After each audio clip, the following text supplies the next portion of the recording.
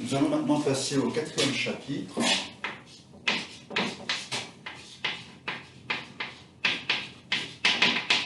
Et ce chapitre va être dévolu à la convolution,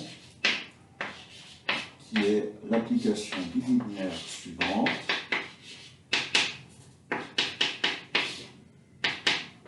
L'intégrale sur RD, la convolution que note f étoile g, c'est l'intégrale de f de t, g de x moins t, dt. Mais avant de vous dire comment ceci, quel sens donner à ceci, faire un peu attention, on a une intégrale, il faut déjà que ce soit intégrale. Je vais dire deux mots sur l'utilisation et les raisons pour lesquelles on regarde cet opérateur. Et la première chose consiste à déjà comprendre de quoi il s'agit.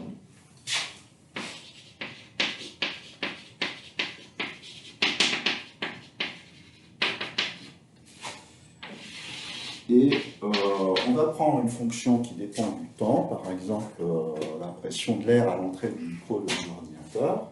Et donc ce que mon ordinateur, ce micro précisément, est en train de mesurer.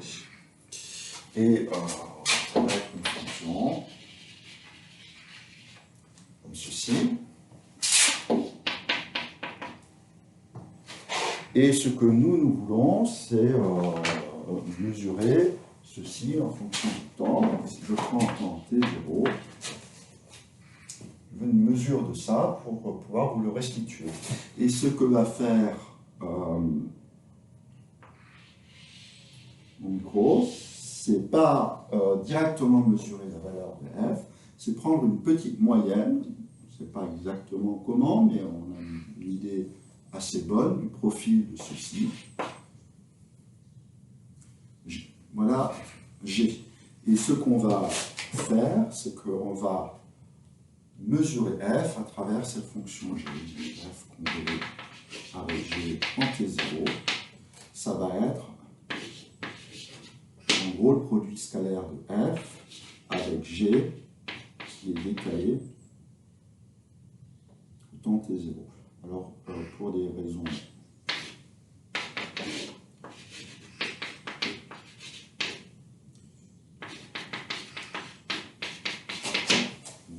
comme ça. Et donc vous voyez que c'est un produit de convolution, sauf qu'on a pris G, on a remplacé G par G de x.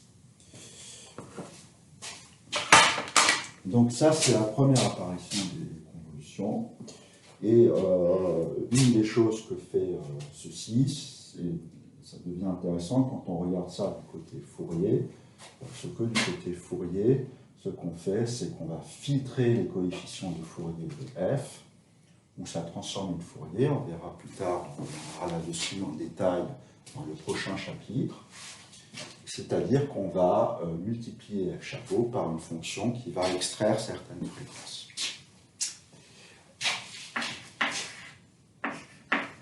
Alors une autre raison qui est un peu la même,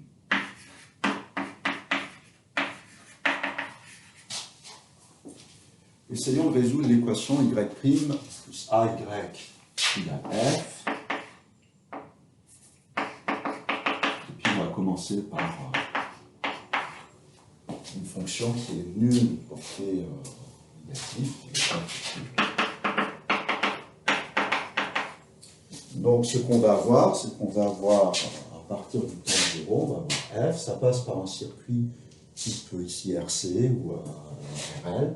Les deux vont donner lieu à des équations de ce type-là.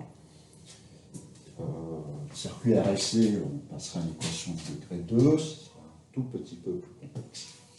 Et donc, bon, on va regarder celle-ci. Qu'est-ce qu'on a? Je vous rappelle qu'on commence par regarder l'équation homogène.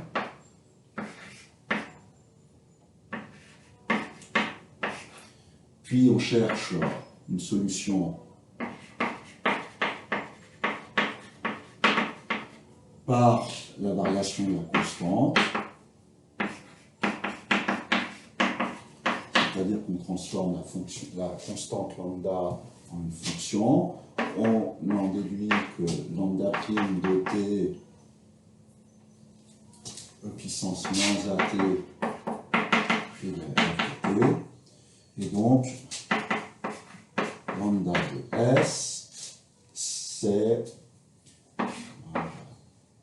par exemple, il suffit de prendre la solution qui s'annule en 0, lambda de T, F de S, E puissance AS DS, et c'est pas ça la solution, c'est ça. Et donc, Y de T va être égal à l'intégrale de 0 à T de F de S E puissance A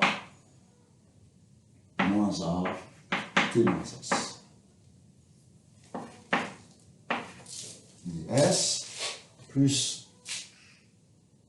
un multiple plus la solution de l'équation homogène, mais on a mis la condition y de 0 égale 0, et c'est bien ce qu'on va avoir en prenant ceci, parce que ça revient 0.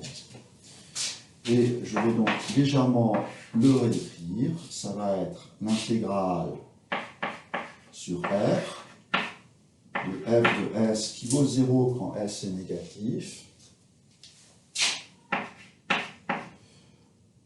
1 F plus de T moins S, T puissance moins A, T moins S ds, puisque S est plus petit que T, donc T moins S est positif, quand S devient plus grand que T, ça devient 0.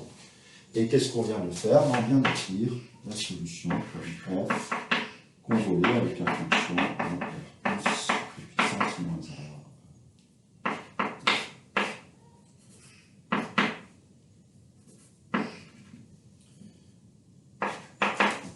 Donc les solutions de cette équation-là sont données par une convolution. Bon, il y a d'autres équations qui sont données par les convolutions.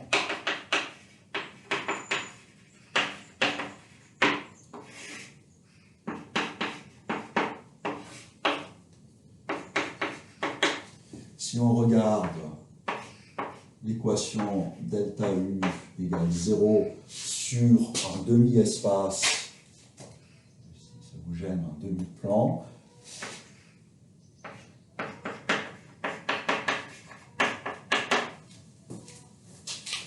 alors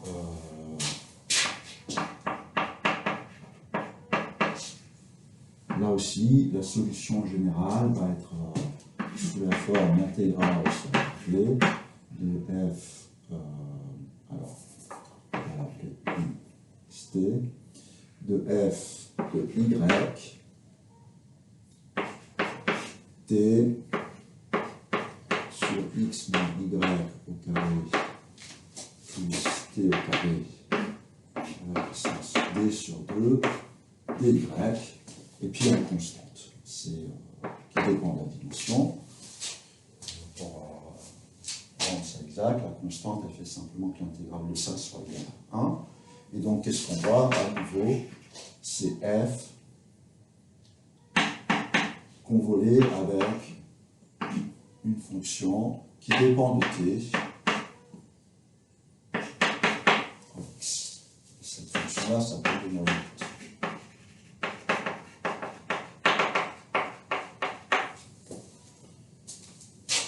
Bon, et puis il y a d'autres exemples. U égale à moins delta U.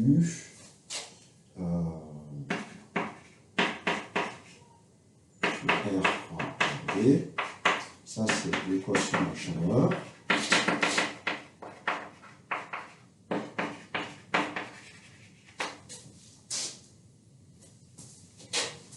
Et U autant 0, c'est bon 0. Donc vous êtes dans une pièce. Pour l'instant initial, la température c'est U0. Puis vous laissez la température évoluer sans source extérieure.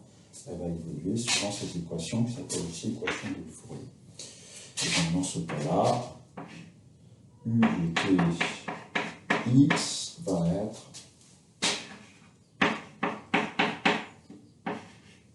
gamma t convolé avec U0. Et ça, c'est maintenant une stable. Alors, je ne me suis pas occupé de rigueur ici, on ne s'est pas occupé de ce que f devait vérifier, ni ici, ni ici, ni notre U0 ici, et ni d'ailleurs de comment on dérive ceci, et ça va être l'objet des chapitres suivants.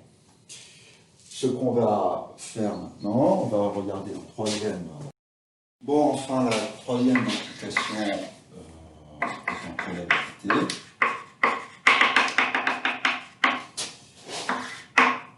Alors, on va prendre ici x, y, une variable aléatoire réelle, on va dire, de loi fx, celle-là de loi fy, et on va supposer indépendante.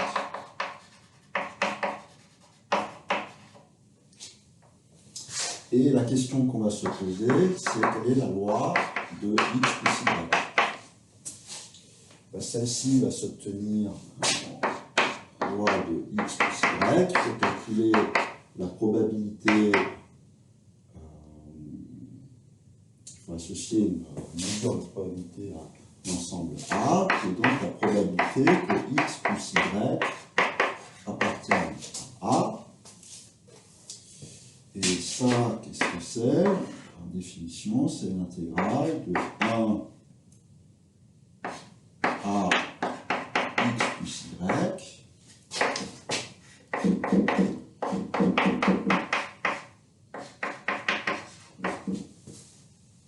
de dp de la loi qui coupe xy. Et du coup, qu'est-ce que c'est? Par indépendance, c'est ici que ça apparaît.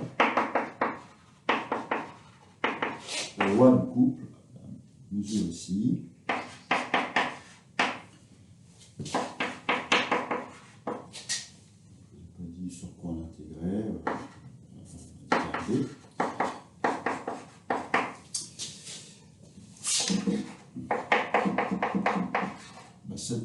Cette loi-là, c'est fx de x, fx de y, dx dy. Et maintenant, tout est positif, donc on va pouvoir utiliser Fubini pour dire que c'est l'intégrale sur RD,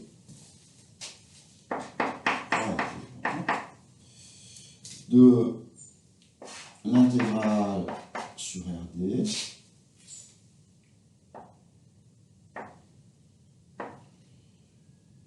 on va faire un changement de variable. On va appeler ça t, 1a de t. Ça, on va le garder comme étant x. Et du coup, y, c'est t moins x. T moins x, dt, dx. Et quand on finit, ici, c'est le changement de variable, xy donne x et donc x plus y, qui est un changement de variable jacobien 1. Et maintenant, on peut finir. Et ça, c'est l'intégrale sur RD de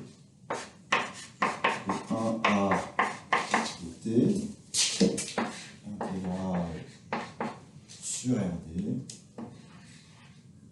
de fx de x, fy de t moins x dx dt. Et qu'est-ce qu'on reconnaît ici? C'est fx conjugué avec présenté.